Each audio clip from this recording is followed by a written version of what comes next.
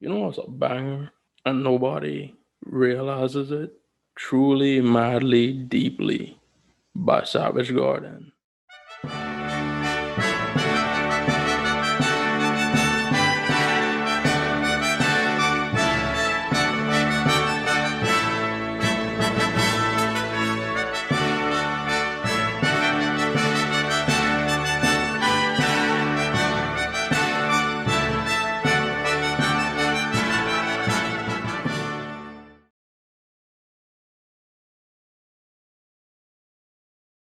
Yeah, so Truly, Madly, Deeply by Savage Garden came out like in 1997, 1998.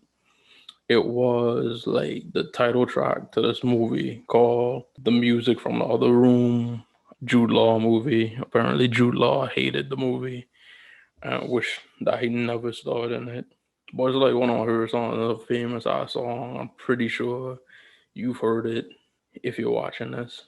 And every now and again, like this video pops up on like Twitter, Instagram, all over social media with like a bunch of like guys, like soccer hooligans, football hooligans, rather, in, you know, Europe or somewhere. And there's like a big old group of them, and they all just start singing that song like a cappella. And it's just random as hell, like a bunch of like hardcore looking dudes with beers in their hands singing a song. I'll be your dream, I'll be your wish, I'll be your fantasy. I'll be your hope, I'll be your love, be everything that you need. I love you more with every breath, truly, madly, deeply do. I will be strong, I will be faithful, cause I'm counting on a new beginning, a reason for living, a deeper meaning. Yeah. I wanna stand with you on a mountain, I wanna bathe with you in the sea, I wanna lay like this forever, until the sky falls down on me. And it's crazy because, you know, it's one of them like unintentionally funny videos, but just like the fierceness and the togetherness where in which they're singing a song is just so inspiring to me. But the more and more I watch it, I love it because it reminds me of this one time in college. Once again, going back to my college days, we had like two main houses for parties. So it was Fridays and Saturdays, either at one of the places or one night at one place and then the next night at the other place. But it was two big party houses. So one of like two of my friends, they actually got a house off campus like mid school year or whatever, and they wanted to have like their first party. You know, it was like a housewarming, but it was just, you know, a reason to party. But for whatever reason, like I believe it was like on a Thursday, and you know, it was kind of like a spur of the moment type of shit. So they told us to like come through and then, you know, tell other people to come through, stuff like that. So we tried our best to like spread the word about it. And I had like these girls I was like cool with. So I told them, I was like, yo, like so and so was having this party, and yeah, like y'all should like come through.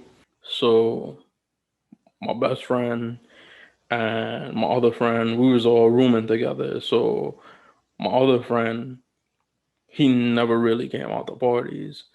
So, but he was cool with like the two guys I was like throwing a party. So he was like, all right, like I'm gonna come through and like have a beer, but I'm not staying. So he drove my best friend to the party under the understanding that he was only gonna stay for like a beer and probably just like head back, you know, drive back to school. So those two went in one car in his car, and then I went to the party in with the two girls and roll with them.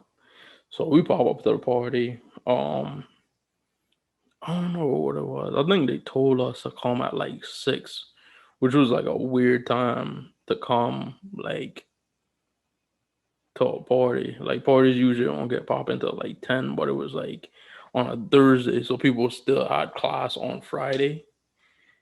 So people wasn't trying to like come out, but they was like, yeah, like come at 5. So we come at 5, and like it's us, a couple other dudes, and the guys that live there. So them two girls seeing like it was all dudes, like they just like made like a beeline to the kitchen while all the dudes was just like chilling in the living room. So at this point it's like 5:30, so it's like a couple of dudes, and then it's like 6:30, and like more dudes showed up, but like no girls. So it's like, damn, bro, like this is like a goddamn sausage fest. So at 7 o'clock rolled around. Now it ain't even. It's like dude sitting, it's dude standing. It's just like a whole bunch of dudes just chilling in the living room, and like no girls like popped up. But we had like dudes was like chilling, talking amongst themselves, and on our phones, and then like music was playing in the background.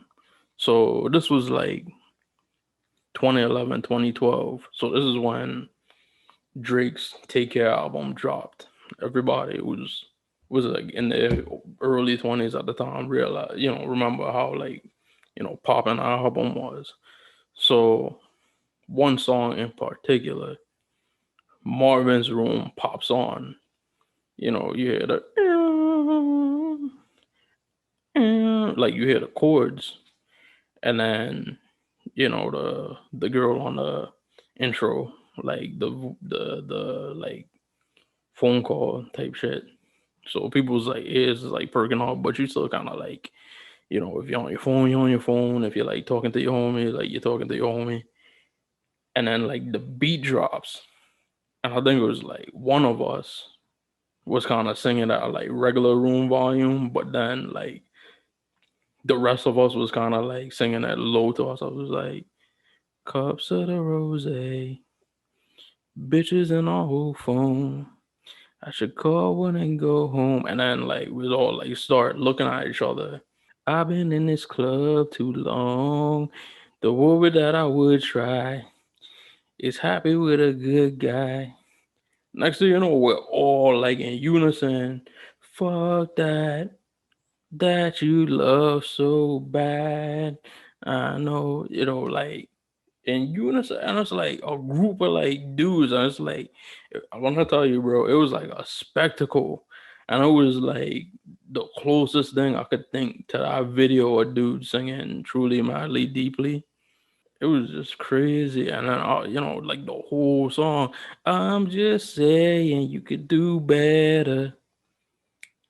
Have you ever heard that lately? And it was like all together a group of dudes.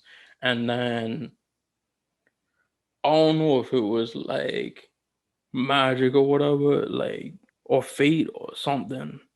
But as soon as like the third verse started, like girls started showing up and it started turning into a party, and girls like they came in, saw us singing, and they was like laughing, and it was like, look at all of these fucking, look at all of these dudes like singing this damn song.